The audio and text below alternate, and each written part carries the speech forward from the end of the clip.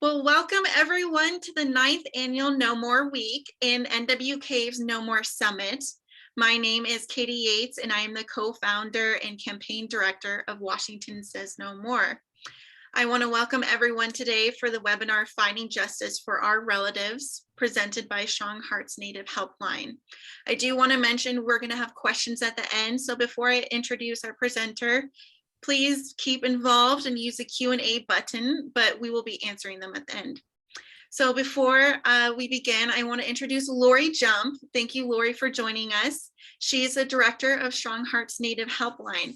And not only is she the director, but she is a former executive director and current board member of Uniting 3 Fires Against Violence, which is the domestic violence and sexual coalition in Michigan. Lori also served on the federal task force researching violence against American Indians, Alaska Natives, and women, with over 26 years of tribal advocacy experience in her community. So with that, I want to pass it along to Lori.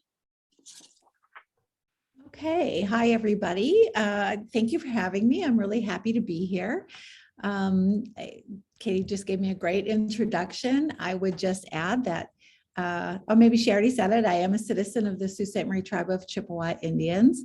And I'm kind of an old dog in this field. I've been doing the work for a long time. So next 2 slides, I guess.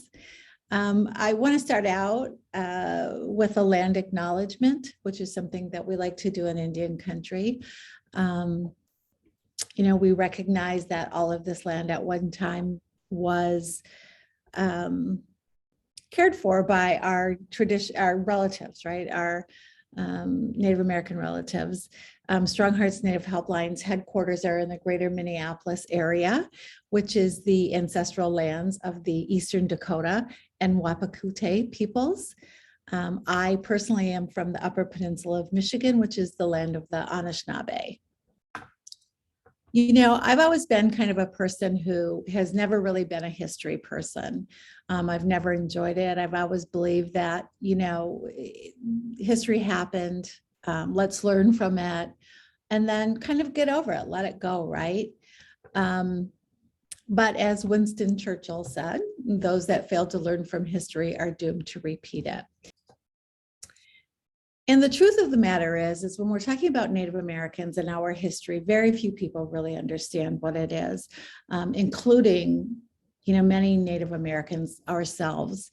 And 72% of Americans rarely encounter or receive any information about Native Americans, which is kind of crazy in today's world of, you know, all of the sources for media that we have, right? The news and social media, and just we have such great access to information to think that 72% of us rarely encounter that information is kind of crazy to me. Next slide. And so you would think the one place that you would learn about Native Americans would be through our school systems. But the reality is, you know, there was a study that was done in 2011 and 2012. And the reality is that 87% of states do not cover Native American history after 1900. And that 27 states do not even mention Native Americans in their standards, right? And the standards are how they determine what their curriculum will be. And because of that, because we're not teaching it, or because the only history we are teaching is from pre-1900, there really is an invisibility of Native Americans in our country, and there are many outdated misconceptions of Native Americans. So today, what we want to talk about a little bit is colonization, historical trauma, the importance of tribal sovereignty, the various laws that impact us, and jurisdictional issues. Next. So first we'll talk about colonization, which I want to start by saying that, you know, I'm a very proud citizen of the United States. I'm proud to call this country my own. I love my country, but that doesn't mean that I shouldn't call our country out when they do something wrong, right? I think that that's a responsibility that we all share, really. And so colonization really just is not just about Columbus.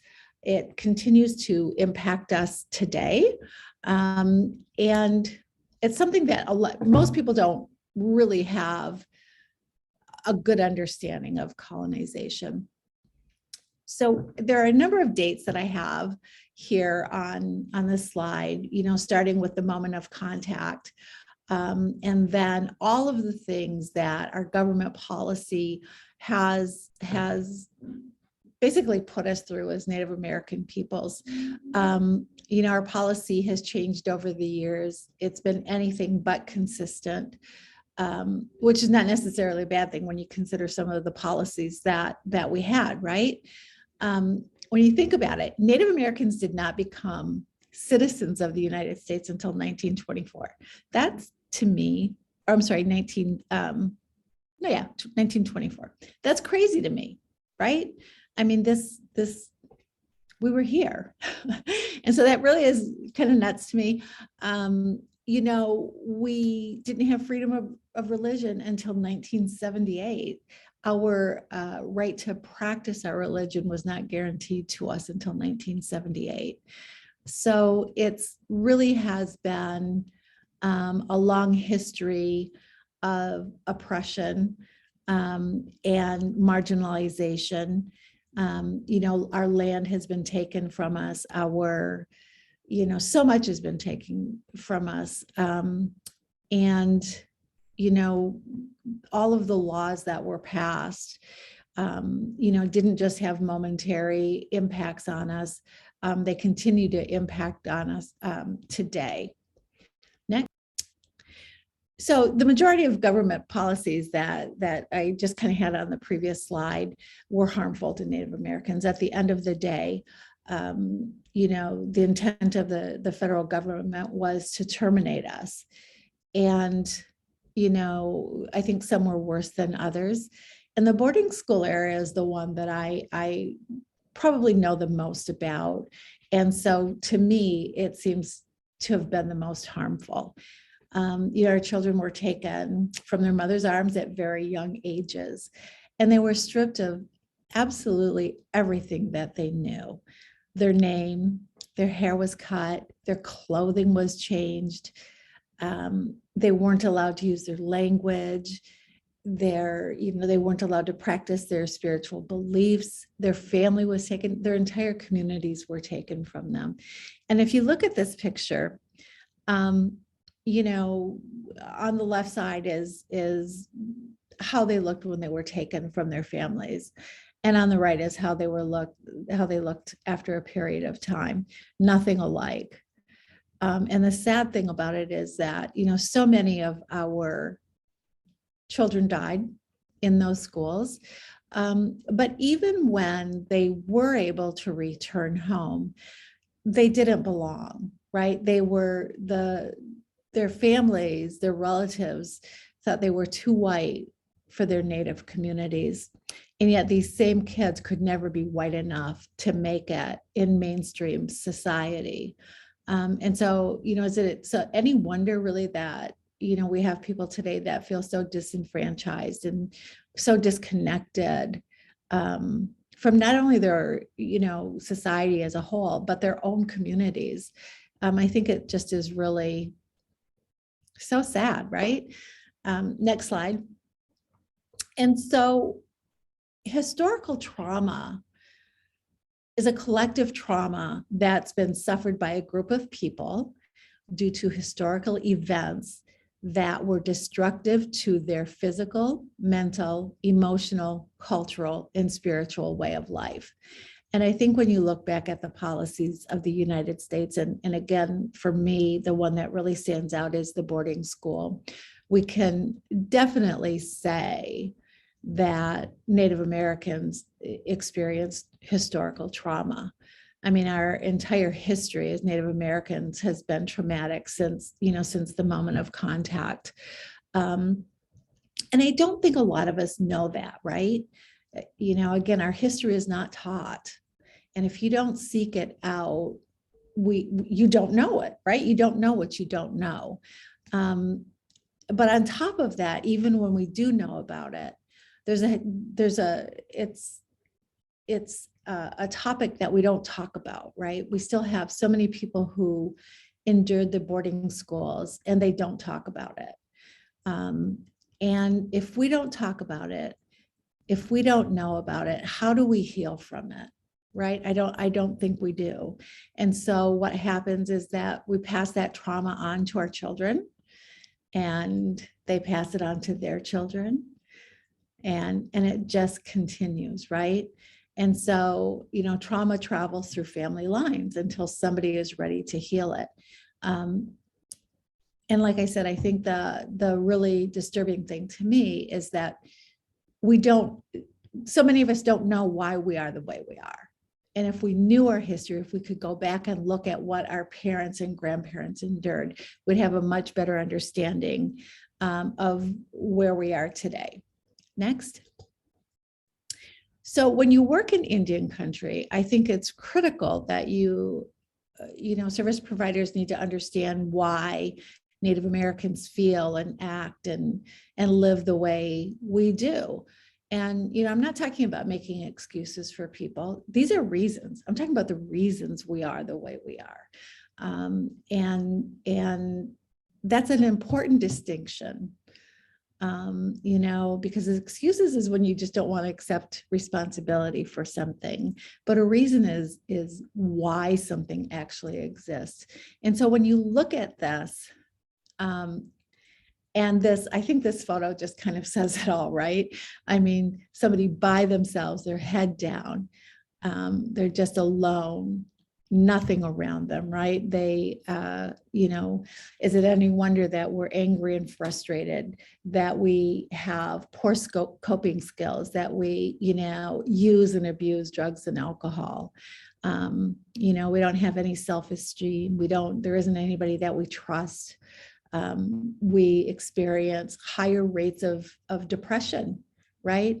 And just a reduced capacity to overcome what life has thrown at us.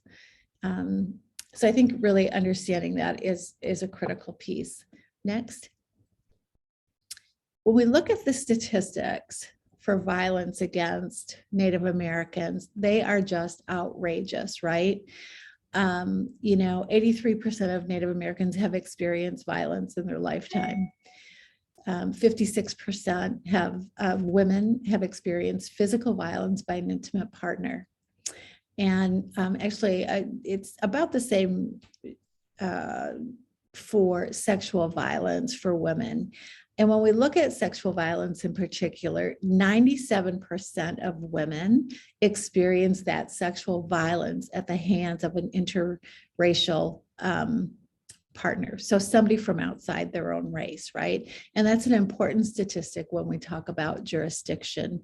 And then again, we have these horrible statistics of violence, of crimes that have been experienced. And then when we look at, prosecution, the federal government declines to prosecute 75% of sexual assault cases in Indian country.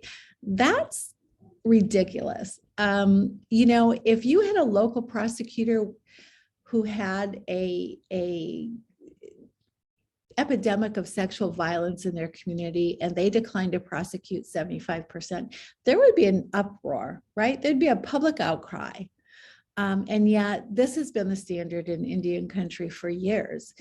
And sometimes it seems that we can't get anybody to care about that, right?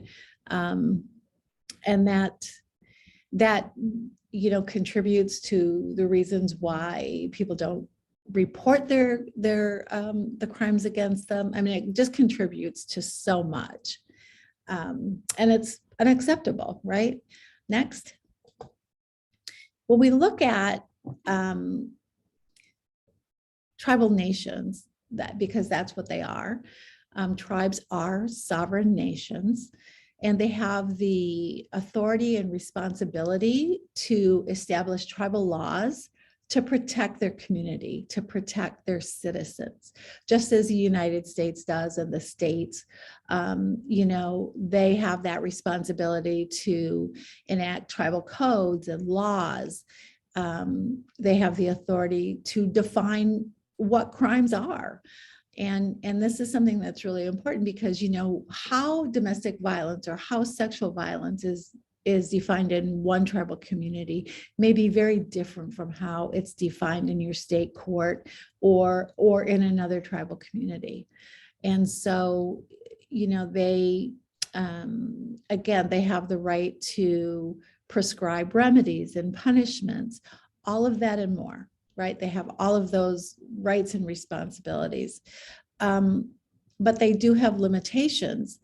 And when you read this thing on the side, the fact that Native women are being murdered at a rate 10 times higher than other ethnicities, and a majority of those murders and violent acts are committed by non-Native people on Native-owned land, makes the injustice that much more frustrating.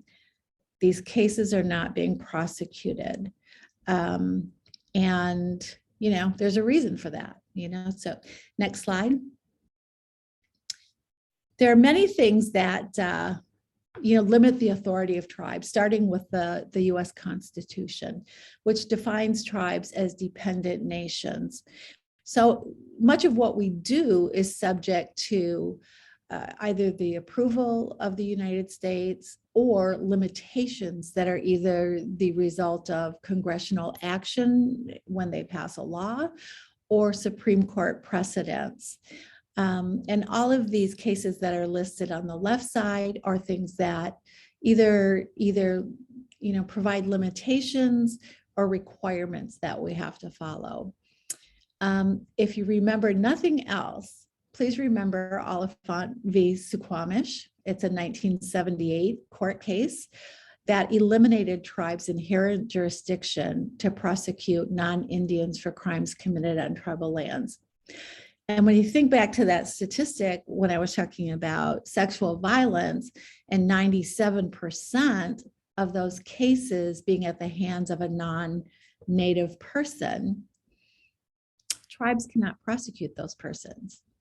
And if we can't prosecute it, and the federal government decides not to prosecute it, then what happens? Absolutely nothing, right? And it's wrong in so many ways, but for victims, it's an absolute denial of justice. There's just no other way to look at it. Next. So this next slide is what jurisdiction in Indian country looks like. And, does it look confusing? Because it should, right? This is the chart that anybody that's practicing in Indian country or in a tribal court, truly even in state or federal court for crimes occurring on reservation lands, this is the chart that they have to use to determine who actually has the authority to charge a crime. So, when I look at Indian country, it's the only place in our country where who you are can result in a denial of justice for you. So if you are, they have to ask, who are you? Are you a Native American or are you not? What was the crime? Is it in the list of major crimes act or is it not? Who perpetrated the crime? Was it a Native American or a non-Native? And the one that really can be difficult is, where did the crime happen?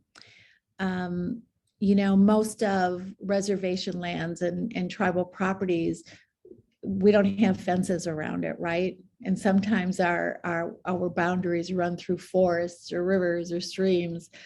And so where a crime happened is a critical piece of information that's used to determine jurisdiction.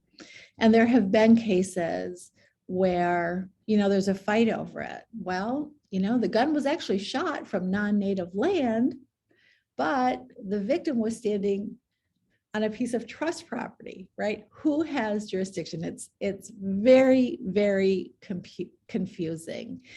And it really is why so many victims don't get justice. It's why they don't bother to report crimes committed against them, because why should they report if nothing is going to happen? And that's the sad reality in Indian country. Oftentimes nothing happens. Next slide. So because there has been such a difficulty sometimes in gaining access to justice, and because there is such a, the resources in Indian country are so thin on the ground, StrongHearts was established to provide an arena for victims to find some access to justice, right?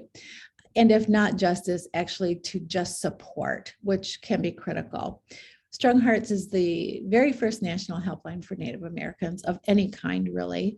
But we are, particularly targeted towards those who have been impacted by domestic or sexual violence. StrongHearts is confidential and anonymous. It is Native-centered and trauma-informed. We take calls from across the country, and we've taken international calls as well, Puerto Rico and Guam, many calls from Canada, Mexico, these kind of our territories, and then those countries that we share borders with. Next. Our advocates receive about 80 hours of training. And really central to their training is an understanding of American Indian and Alaska Native cultures. Tribal sovereignty is a key piece. Historical trauma, again, is very important to us. And then jurisdictional issues. And obviously they get training in so many other things, around domestic and sexual violence as well. But I think it's really critical for our advocates to understand all the things that we're talking about today, so that they can actually best serve those who need us. And without this, they're missing a big piece of advocacy. Next. And again, obviously, we serve anyone impacted by domestic and dating violence, but specifically, we were established for American Indian and Alaska Native persons who really lack trust in government-funded programs and from programs who are operating outside of their communities. They have a hard time reaching out, trusting that somebody who says they are there to help them is actually going to do that, right? And again, culturally appropriate. Our advocacy is grounded really in understanding, tribal cultures and tribal sovereignty and historical trauma. Those things I think are all critical pieces for our advocates to understand. Next. One of the first things that we did as an organization, if you're going to serve a particular population, I think it's really critical for you to understand what resources are available for them. And so when we were first established, the first year that we were operational, we contacted every tribe across the country to find out who was doing the work with domestic violence in their communities.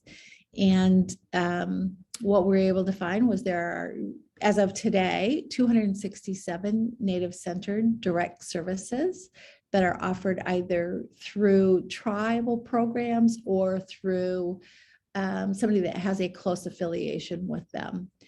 And who we have in our database really are domestic violence program, victim service programs, which are slightly different than DV programs in that they serve any victim of any crime, domestic violence shelters, rape crisis centers. I think in a lot of tribal communities that maybe don't have a DV program, you find that their behavioral health department or their social services department are the people that are doing this work in their communities. Also, medical facilities that might offer emergency services, and or a sexual assault nurse examiner. Those are pretty rare in Indian country, but they do exist in some places. When we compare the resources in Indian country to those across the country, as I said, there's 267 of these programs serving 574 tribal nations. When we look at the database of, say, the National Domestic Violence Hotline, they have about 3,600 programs in their database compared to our 267. When we look at shelters, they have about 1,500 domestic violence shelters in their database. We have, I believe it's 59.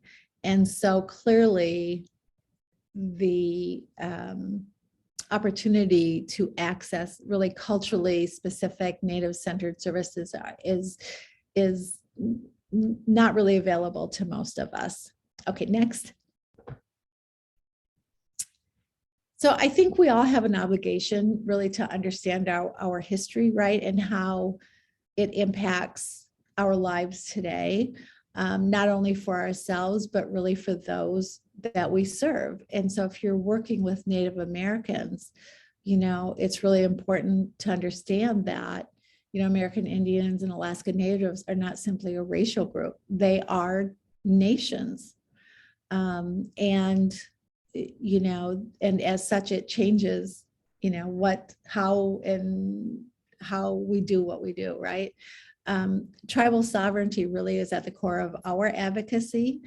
And it's important to understand that, again, it's not a racial group, but distinct sovereign nations, 574 of them, and how my tribe, in Michigan does something is not reflective of how a tribe from New Mexico does things. And so it really is critical that we understand from that point of view, depending upon who you're working with, what they have available to them might be very different from, the tribe that you might be most familiar with. Next. We talk about intersectionality and how important that is. It's to be effective, really, you have to understand what somebody's lived experience is in the intersectionality that impacts our lives. The fact that we don't have the resources impacts whether or not we reach out for help or whether or not we trust you to help us. The fact that we may not have a tribal court system, we may not have law enforcement, or what's there is not enough, right? So many of our tribal law enforcement agencies are underfunded and understaffed, and they have 10 officers to patrol, a land base that's, I don't know, like the size of Rhode Island or something. We're just underfunded in so many ways, and all of that impacts how I as a victim may present to you, right? The fact that we have so many people that just really don't understand that Native Americans are still here, and that we don't live in teepees, that we may not all live on the reservation. We have all of these things that impact us, the substance abuse, the mental health issues, the poverty, right? The low rates of education, of higher education. All of those things impact how we access services, I think. And so understanding that, I think, is really critical. Next. So to really be effective, to establish a true rapport, to establish trust, advocacy must always be approached through an intersectional lens and through a historical trauma lens. Because I think that without understanding what our barriers are, I don't know that you can really establish a true rapport or a genuine connection. And I think really the lack of trust will make it difficult to be effective. Next.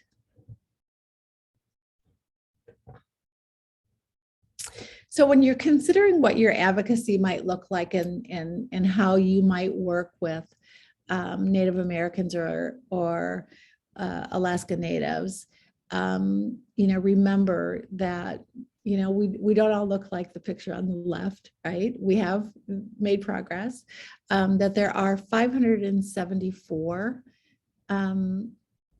independent, unique, different, completely sovereign nations with different laws, different services, different traditions that are very different, again, very unique from each other. There are huge differences between Alaska and the lower 48, especially with regard to justice systems and access to law enforcement. So understanding that is a huge difference. Reservations, we don't all live on reservations. And even when we do live on what's considered trust land, it may be called something different.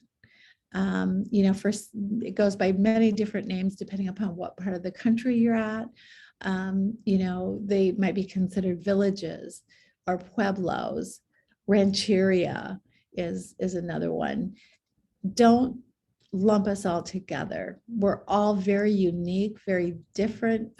We have different backgrounds. And then the myths. There are so many myths out there for Native Americans that it's difficult just to keep track of.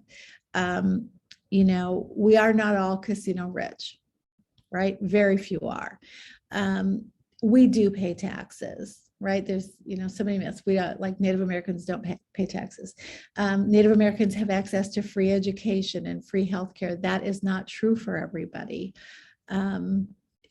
Just don't fall victim to the myths and misconceptions about Native Americans that are out there. It's easy. I think it's easy for some people to do. I just try not to do that. Next. Again, so for advocacy, avoid those overgeneralizations.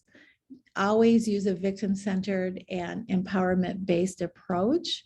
In spite of the difficulties that victims experience, they really do know not only what is best for them, but what they can actually achieve. I think sometimes when we consider what is a successful interaction, we're often doing that from our own point of view and not from the view of the victim. And quite honestly, the majority of the time, it's wrong. We don't want the same things. And that's hard to remember. We think we know what's best for people. We want to fix what we think is wrong. And we quite honestly are wrong fairly often. Always remember the importance of historical trauma and cultural issues. Again, most of our people don't even know our own history. And we don't know why our families struggle with, poverty, with education, with substance abuse, with mental health issues, because again, we don't talk about it. We haven't learned about it and we don't talk about it. Really focus on safety planning. I think that's always critical in domestic and sexual violence cases, how to keep oneself safe, not only physically safe, but also emotionally safe, right? I think that's an area that we can sometimes forget about in our desire to help somebody be physically safe. We have to remember that. We also have to work on our emotional safety as well. And then again, understanding the differences between civil and criminal remedies in Indian country. What you have access to, what we have access to as residents of a state or a city is very different from the remedies that are available to somebody that might be living on either a reservation or a pueblo or a village. That jurisdictional chart that I showed you is real, and it creates sometimes nightmare situations for somebody that has already experienced a traumatic event. To reach out for help and not have access is pretty disheartening and disappointing, and really at the end of the day it's tragic. And when we talk about, I know that for most people, when we think about what would be successful in, especially in domestic violence cases, our biggest hope for victims is to be safe. And how do you get there? And quite often it's by leaving. It's by separating from the person who's doing harm. But the implication of leaving for somebody who has never lived anywhere but a reservation, but their home, that's traumatic. Again, much like the boarding school era where, they were leaving everything behind, their families, their communities, their language and tradition. That's very much the same. If to get away from your abusive partner, you have to leave your community. And so it's not easy to do. Next. We wanted to provide some additional resources for you. Obviously, StrongHearts has resources on our social media platforms. We have Facebook, Twitter, and Instagram. You can search us at StrongHearts DV. StrongHearts Helpline.org is our website. We have a lot of different blogs and information that can be found there to help somebody kind of process what they're experiencing. NIWRC is a great organization. They have a lot of information on their website. The Tribal Court Clearinghouse. I think, if you're looking specifically for services in a specific area, the Alliance of Tribal Coalitions to End Violence will have a listing of the tribal coalitions across the country. The statistics that I mentioned are part of the National Institute of Justice 2010 findings from the CDC's survey that they do. Local news, Indian Country Media Network is great to figure out what's happening. Turtle Talk is a legal space where they're talking about court cases and things like that.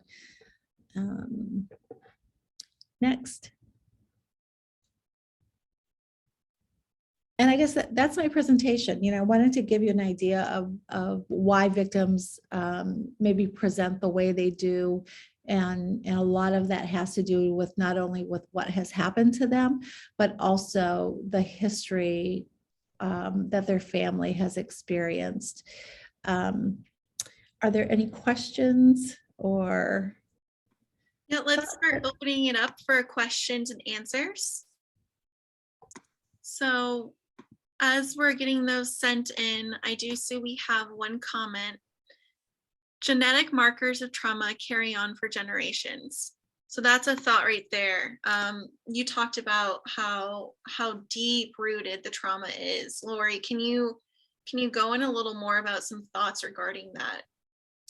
Yeah, the primary study that's been done around, genetic markers has been with survivors of the Holocaust. And I am not a scientist in any way, shape, or form.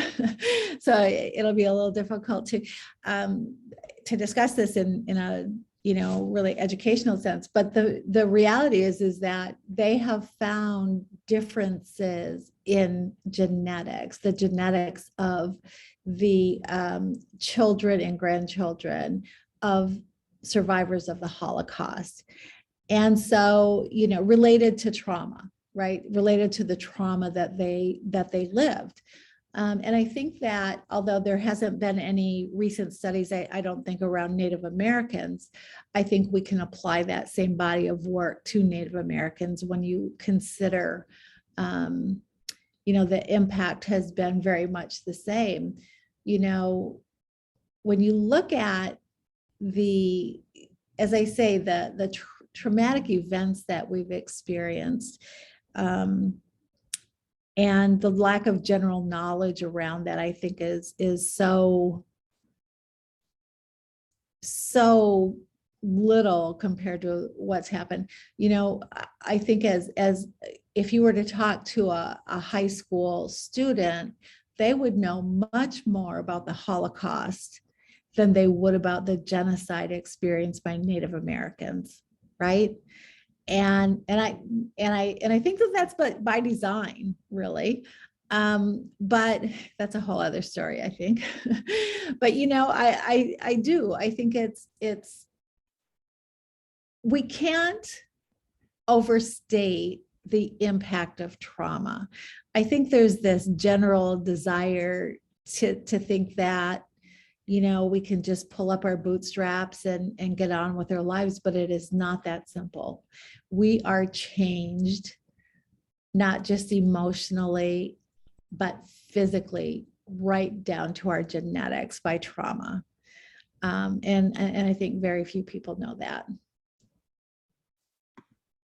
Okay, another question. That was great. Has there been any success getting appropriate services into high schools?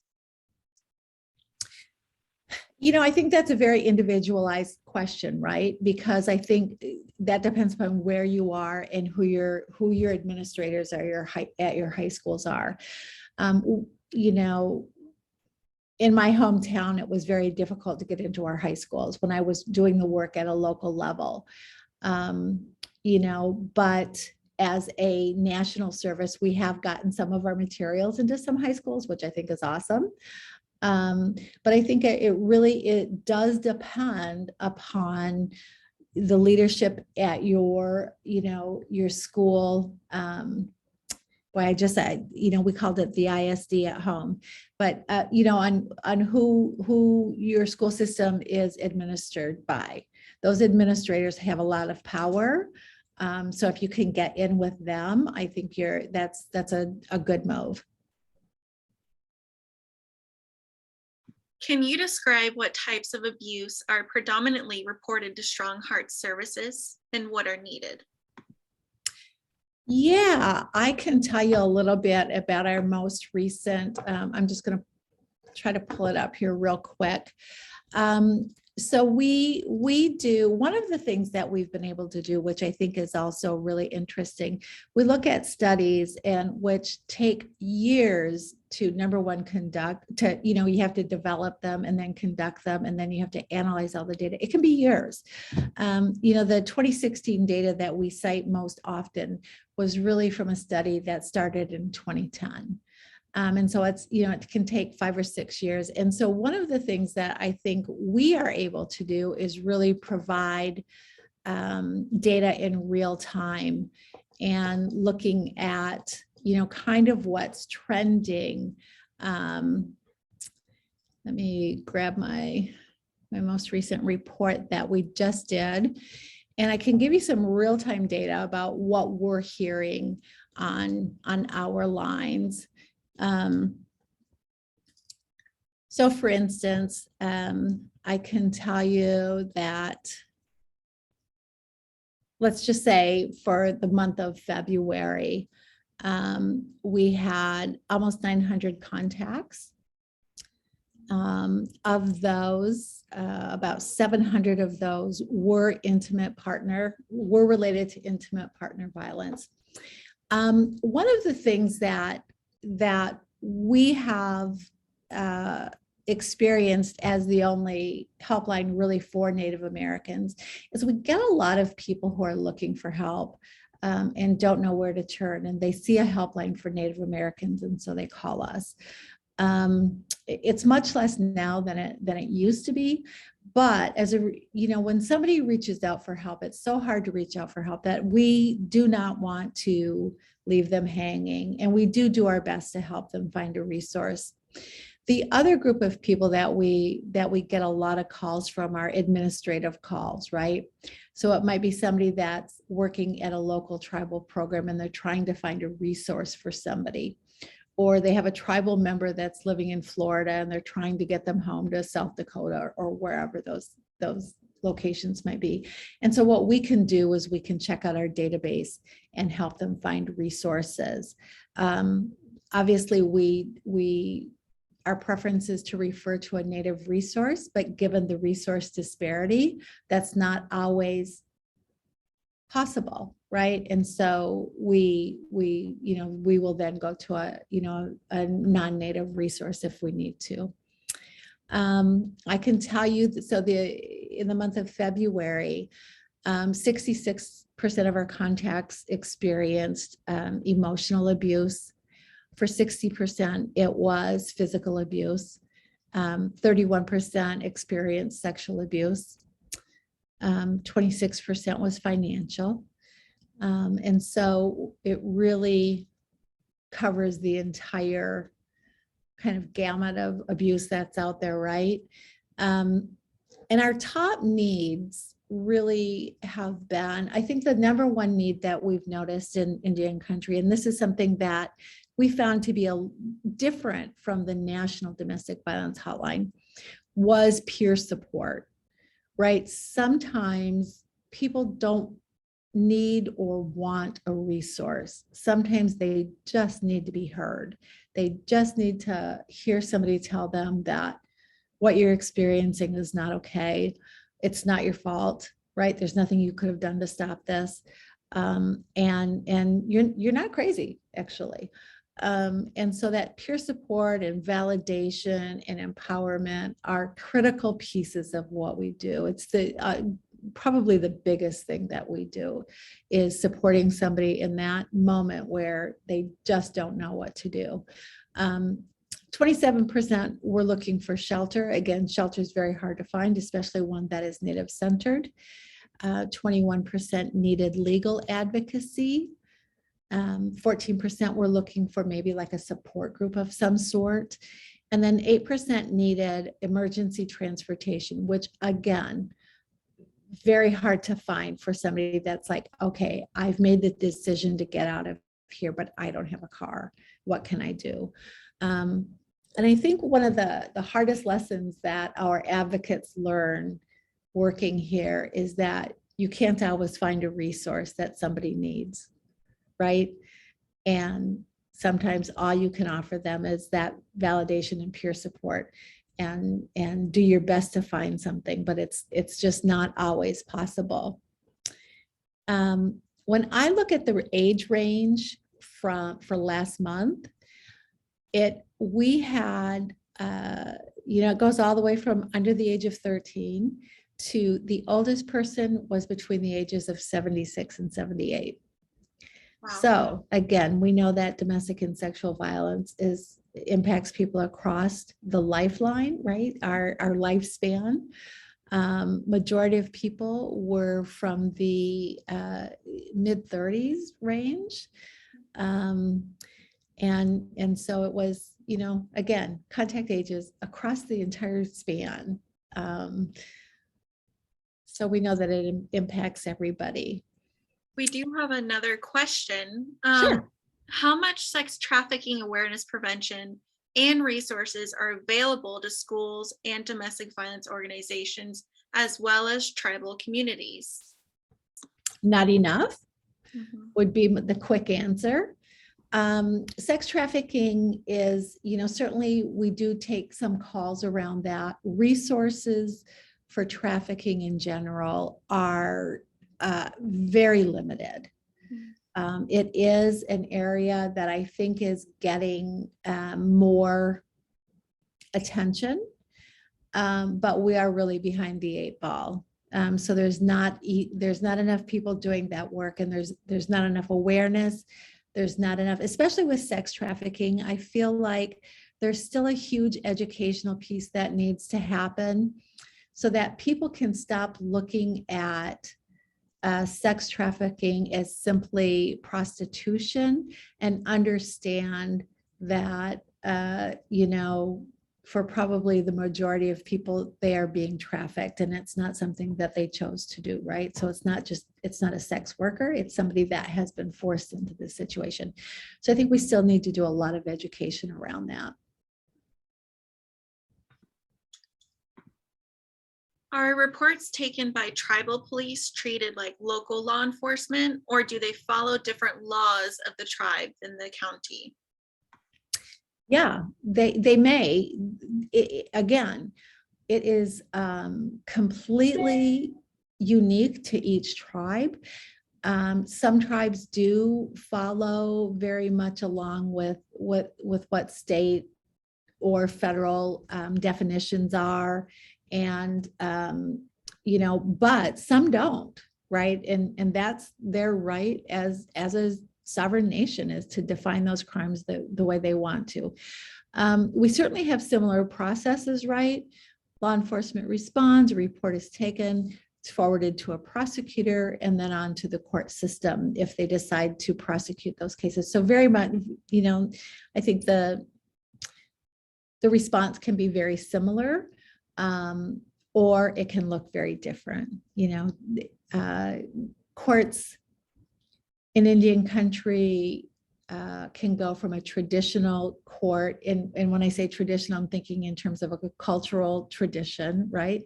As opposed to a state court system or a European court system. But they can also look very much like a European court, state court. So how can tribal communities partner with nonprofits working on human trafficking? I think that the nonprofits that are working on human trafficking would be grateful to find, support from tribal communities. There are a couple that are doing the work in particular. I want to say it's Pathways in, and I'm drawing a blank right now. Pathways to Healing. Yes, right. That's probably the only one that's really working in Indian country. So but if most of the states now are having, have a trafficking, not necessarily a coalition, but somebody that's doing the work at a state level. And I really believe that tribes need to be involved in that work. We're not always offered a seat at the table, but sometimes you can kick your way in through the door. And I really recommend that.